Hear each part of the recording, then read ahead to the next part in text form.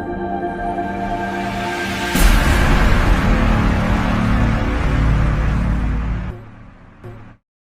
नमः शिवाय, हर हर महादेव। नमस्कार प्रिय साथियों, आप सभी का स्वागत है मेरे YouTube के इस चैनल पर।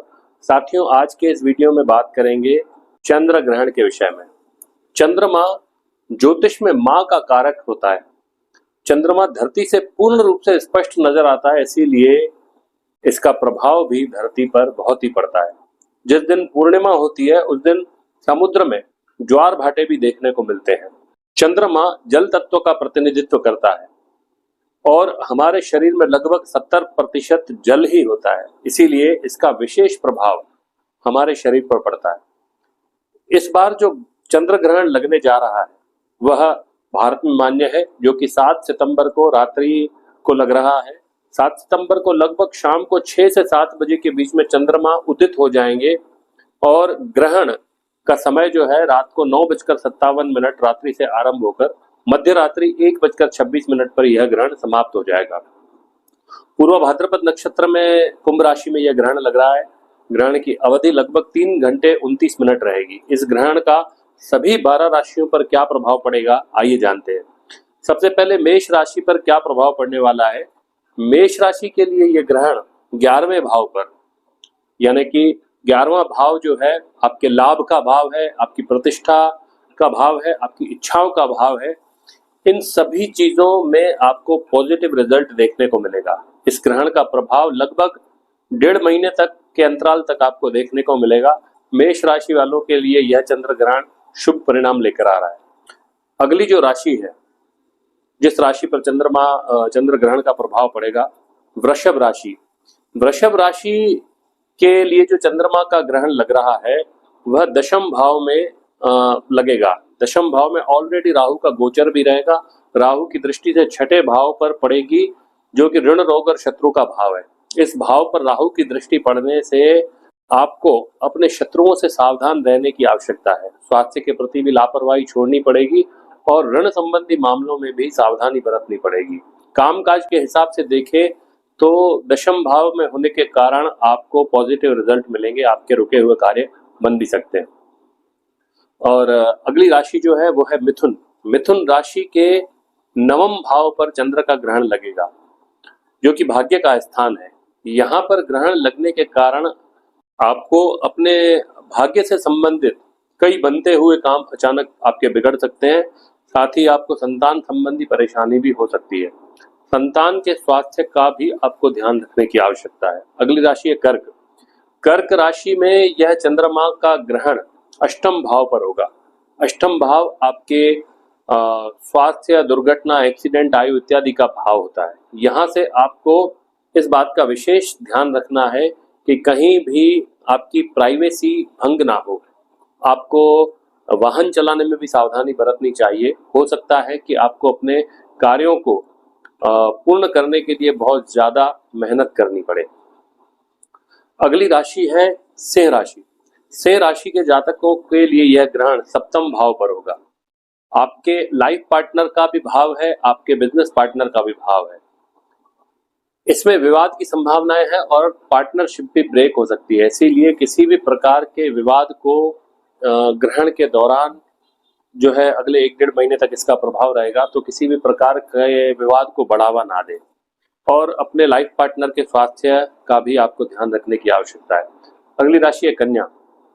कन्या राशि पर लगने वाला चंद्र ग्रहण ये 6ठे भाव पर लगेगा, जो कि रोग, शत्रु और ऋण का भाव है। यहाँ आपको किसी भी तरह के किसी के बीच के विवादों में आने के से बचना चाहिए, अन्यथा आपको दूसरों के विवाद के बीच में पड़कर स्वयं को हानि उठानी पड़ सकती है। जितना हो सके आप स्वयं के या दूसरों के विवादों से, लड़ाई झगड़ों से दूर ही रखें, दूरी बना रखें तो अच्छा रहेगा। अगली राशि है तुला।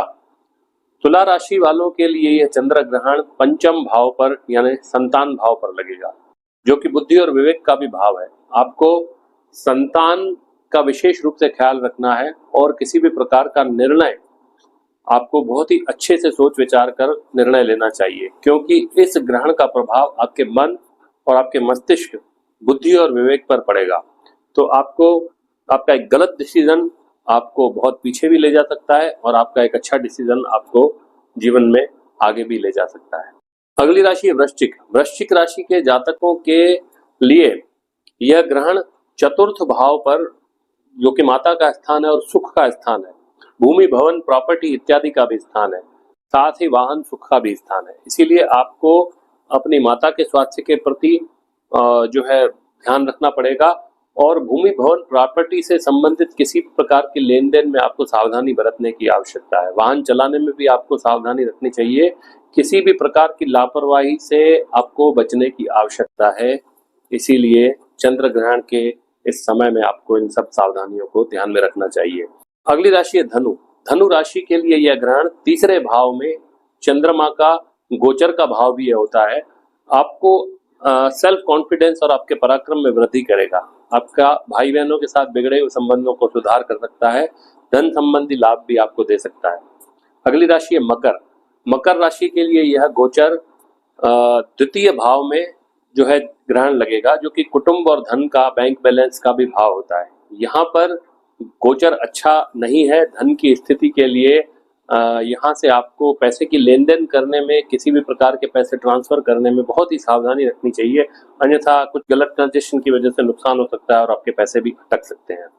तो साथ ही कुछ अचानक से खर्चे भी आपके सिर पर पड़ सकते हैं।